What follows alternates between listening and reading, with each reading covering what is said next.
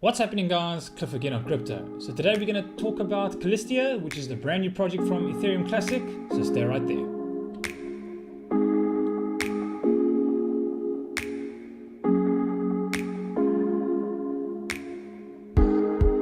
Right guys, so I'm excited about this project, but before we jump into it, as always, this is not financial advice nor my financial advisor. When investing in cryptocurrency, please ensure that you be safe because it is a jungle out there.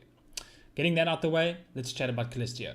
Now Callisto, just to clear up some smoke in the room, because there's been a lot of talk that it is in fact a fork of Ethereum Classic, but it is not. It is a separate blockchain and it will be a separate currency. But you will receive, as holders of Ethereum Classic, you will receive a 1-to-1 ratio, what we call an airdrop, with regards to CLO, or known as Callisto.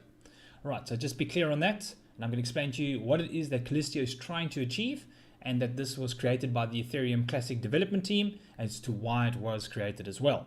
Now Callisto, for those of you that are not familiar with the project itself, I'm going to put links down below with all the reference guides and so forth. That we are still waiting on the white paper to come out, as well as the website and so forth. So there is a lot of scattered information in and around the project at this moment in time.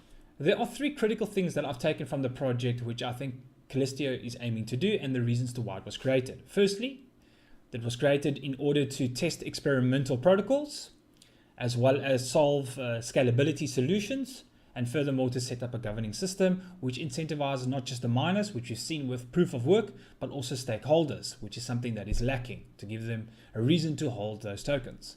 It is now possible to resolve scalability issues on the network, either ETC or Callisto, by making use of only one of the side chains, which is quite awesome. So you can do it vice versa. So having said that, it's now easy to establish a core of any cross-chain service on the Callisto network and make use of the Callisto smart contracts on top of the Ethereum chain, if that makes sense, the Ethereum Classic chain. So, and vice versa, this will work both ways. So it's pretty exciting stuff. I think this really does help Ethereum Classic as well in the long run to move forward with the Callisto network. But bearing in mind, this is not a fork. As I mentioned, this is a sidechain, a separate cryptocurrency. It is a blockchain of its own, but I am excited to see how the two will work together. And this hence has driven up the price slightly in Ethereum Classic. So for me, I'm going to be putting a lot of hashing power across onto Ethereum Classic. So the airdrop is going to take place in and around about the 5th of March, depending on the difficulty and so forth. But that's the approximate date. It'll take place at 5.5 million. The block height number will be 5.5 million. So look out for in and around that. Now the other great exciting thing, as I mentioned earlier in this video, is the governance system, the incentivizing aspect. The Callisto is bringing in what they call cold staking. Now, just to be very clear, cold staking is very different to current proof of staking.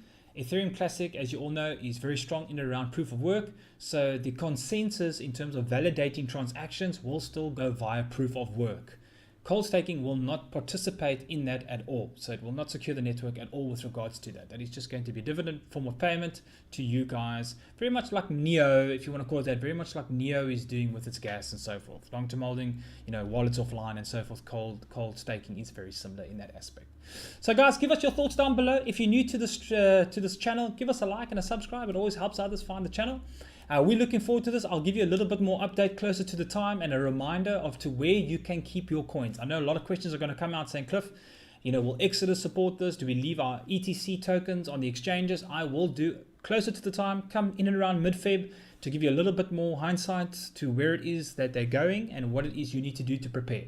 This is all still very new. As I mentioned, we're still waiting for the white paper. We're still waiting for the overall website and roadmap overall. I did find on the GitHub a general sort of project overlay. If you guys want to go and see, I'm going to share that with you down below. This just gives you an indication of where they are at the moment. They're checking the boxes just to tell you when the test nets are ready and so forth, the distribution and so on and so on. But I'm super excited. I've always been a fan of ETC. I'm a long-term holder, and I think this will be a great way to be incentivized for that. So I'm going to try and squeeze out as much as I can on my mining rigs, get some more Ethereum Classic, and that's going to put a big smile on my face. But guys, till the next time, I hope you enjoyed it and be safe out there. Always remember, it is a jungle.